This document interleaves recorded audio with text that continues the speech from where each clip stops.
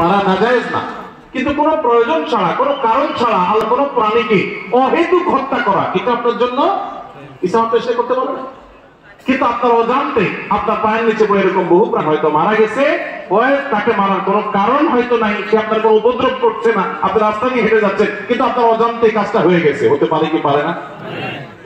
এরকম অন্তত কয়েক হাজার দৃষ্টান্ত এখানে বসে দেওয়া যাবে, খুঁটে খুঁটে বের করা যাবে, বড় তালিকা করা যাবে যে আমাদের অজান্তেও আমাদের অনেক ভুল হয়। তাহলে কোন মানুষ যদি বলে আমি আবার কি ভুল করলাম, আমার অন্যায়টা কি হলো, আমি অন্যায়টা কি করলাম, তাহলে এটাই হলো তার সবচেয়ে বড় আমার অপরাধটা কি, এই কথা যে বলে সে সবচেয়ে বড় অপরাধ।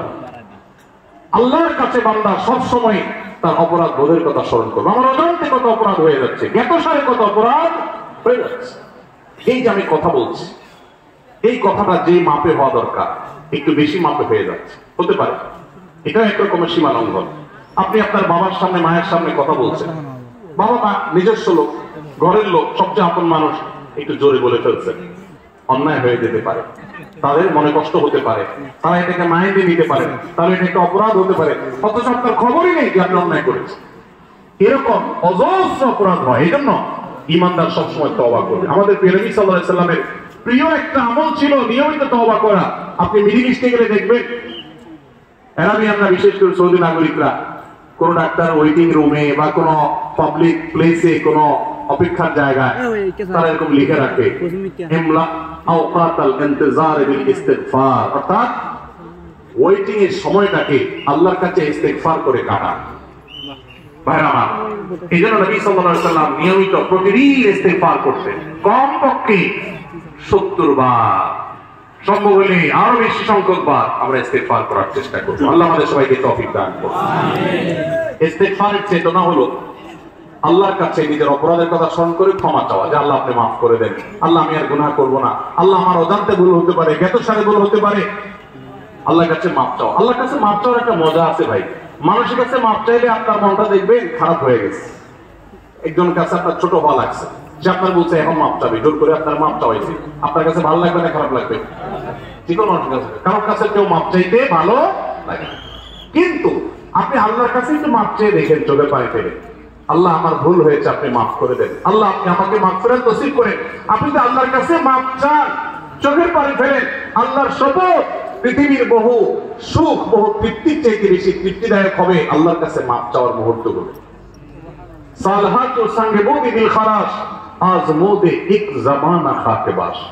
পাথর হয়ে তো বহুকাল ছিলে ভাই, একটু আল্লাহর কাছে চোখের পানি ফেলে একটু দোয়া করে কেঁদে কেটে দেখো, আল্লাহ আপনি আমাকে মাফ করে দেন, আল্লাহ কত ভুল করেছি, আপনি ক্ষমা করে দেন। এই ক্ষমা চাওয়ার মধ্যে যে তৃপ্তি আছে, পৃথিবীর বহু ভোগের মধ্যে সেই তৃপ্তি। এই জন্য আল্লাহ ভালোবাসেন সেই মানুষগুলোকে যারা তওবা করে। তওবা কি? তওবা হলো রুট চেঞ্জ, রাস্তা পরিবর্তন। আপনি যাচ্ছেন জাহান্নামের দিকে, আপনি সেটা চেঞ্জ করে জান্নাতের রুটে উঠে গেলেন। ভুল পথে চলছিলেন, সেটা ছেড়ে এখন সঠিক পথে চলে আসছেন, এটার নাম কি ভাই? তওবা।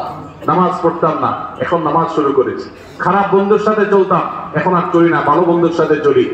অন্য মেয়েদেরকে টিজ করতে যে বন্ধুরা, তাদের সাথে আড্ডা দিতাম, এখন আর সেদিকে যায় না। আল্লাহর ভয়, আল্লাহর সামনে দাঁড়াতে হবে, আল্লাহর শাস্তি দিবেন, প্রক্রম করবেন, ছাড় দিবেন না, সেই ভয়ে আমি সেই জায়গা থেকে সরে আসছি, এখন ভালো বন্ধুর সাথে চলি। এর নাম তওবা।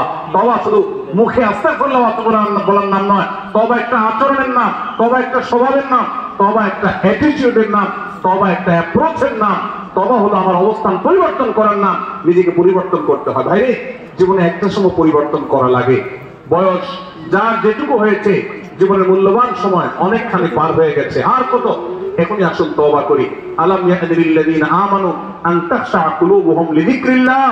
ঈমানদারদের কি এখনো সময় হয়নি যে আল্লাহর শরণ হয়ে আল্লাহর সামনে দাঁড়াতে হবে?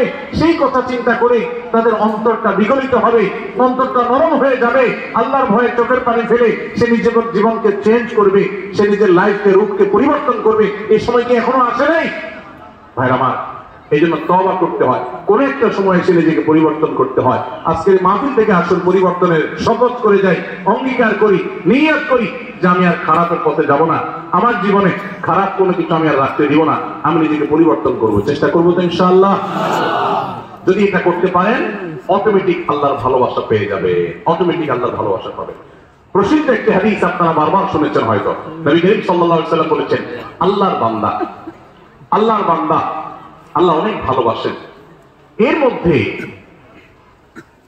কোন বান্দা যখন তওবা করে, গুনাহ করা থেকে ফিরে আসে, খারাপ কাজ থেকে সরে আসে, একে আল্লাহ কত ভালোবাসেন এটা বোঝাবার জন্য নবী সাল্লাল্লাহু আলাইহি ওয়াসাল্লামের প্রসিদ্ধ একটি হাদিস আপনারা শুনেছেন। তিনি বলেছেন, একটা লোক সফরে বের হয়েছে, আজকালকার যুগের মতো সফর না, সেই শত শত হাজার বছর আগে মরুভূমিতে যেরকম জঙ্গলের ভিতর দিয়ে মানুষ সফর করতো, কোনো পথে কোনো দোকানপাট কিছু ছিল না, এরকম মরুভূমির মাঝখানে কোন একটা গাছের নিচে তিনি যখন রেস্ট করার জন্য শুয়েছেন, যে ঘোড়ায় করে যাচ্ছিলেন, ওই ঘোড়ার পিঠে তার খাবার দাবার পানি সব ছিল।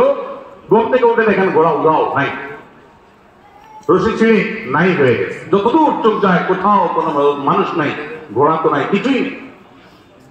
এই লোকটা অপেক্ষা করছে, একদিন, 2 দিন, 3 দিন, রাত যায়, দিন আসে, আর ঘোড়া আসার নাম নাই, আর এই মরুভূমিতে কোনো মানুষজনও নেই। তার এখন তৃষ্ণায় প্রাণ বের হওয়ার উপক্রম, ক্ষুধায় যান বের হওয়ার উপক্রম, আর কোথায় যাবে তার কোনো সীমারেখা নাই, শত শত হাজার কিলোমিটার মরুভূমি। এরকম অবস্থায় লোকটা জীবনের আশা ছেড়ে দিচ্ছে, তাহলে আমার এখানে বোধহয় মরে যেতে হবে। এই অবস্থায় সে যদি গাছের সাথে হেলান দিয়ে বা যে কোনো ভাবে চোখ বন্ধ করে বা রেস্ট করে, হঠাৎ করে দেখতে পায় তার সেই ঘোড়া আবার সব জিনিসপত্র পিছিয়ে যেভাবে ছিল ওইভাবে আছে, আর সে হাজির হয়ে গেছে। এই লোকটা যতটা খুশি হবে, এবং খুশির চোটে সে আল্লাহ রাব্বুল আলামিন এর প্রশংসা করতে গিয়ে সে তার কথা পর্যন্ত পরিবর্তন হয়ে যাবে, ভুল বলে ফেলবে। এই লোকটা যেরকম আনন্দে আত্মহারা হয়ে যাবে, আল্লাহ তাআলার কোন বান্দা যখন তার জীবনকে পরিবর্তন করার সিদ্ধান্ত নেয়, যে আমি আর খারাপ বন্ধুর সাথে চলবো না, খারাপ পথে চলবো না, কারোর কষ্ট দিব না, গুনাহের পথে যাব না, বেনামাজি থাকবো না, সে যখন রুট চেঞ্জ করার সিদ্ধান্ত নেয়, তওবা করে, খারাপ পথ থেকে ভালো পথে ফিরে আসে, স্বয়ং আল্লাহ রাব্বুল আলামিন ঠিক একই ভাবে তার এই তওবার কারণে আল্লাহ তাআলা খুশি হয়ে যান, আনন্দিত হন, তার প্রতি আল্লাহ তাআলা সন্তুষ্ট হয়ে যান। আর এই কথাটা কি আল্লাহ রাব্বুল আলামিন কোরআনে হাকিমের একাধিক জায়গায় আল্লাহ তাআলা ব্যক্ত করেছেন। সূরা বাকারা 222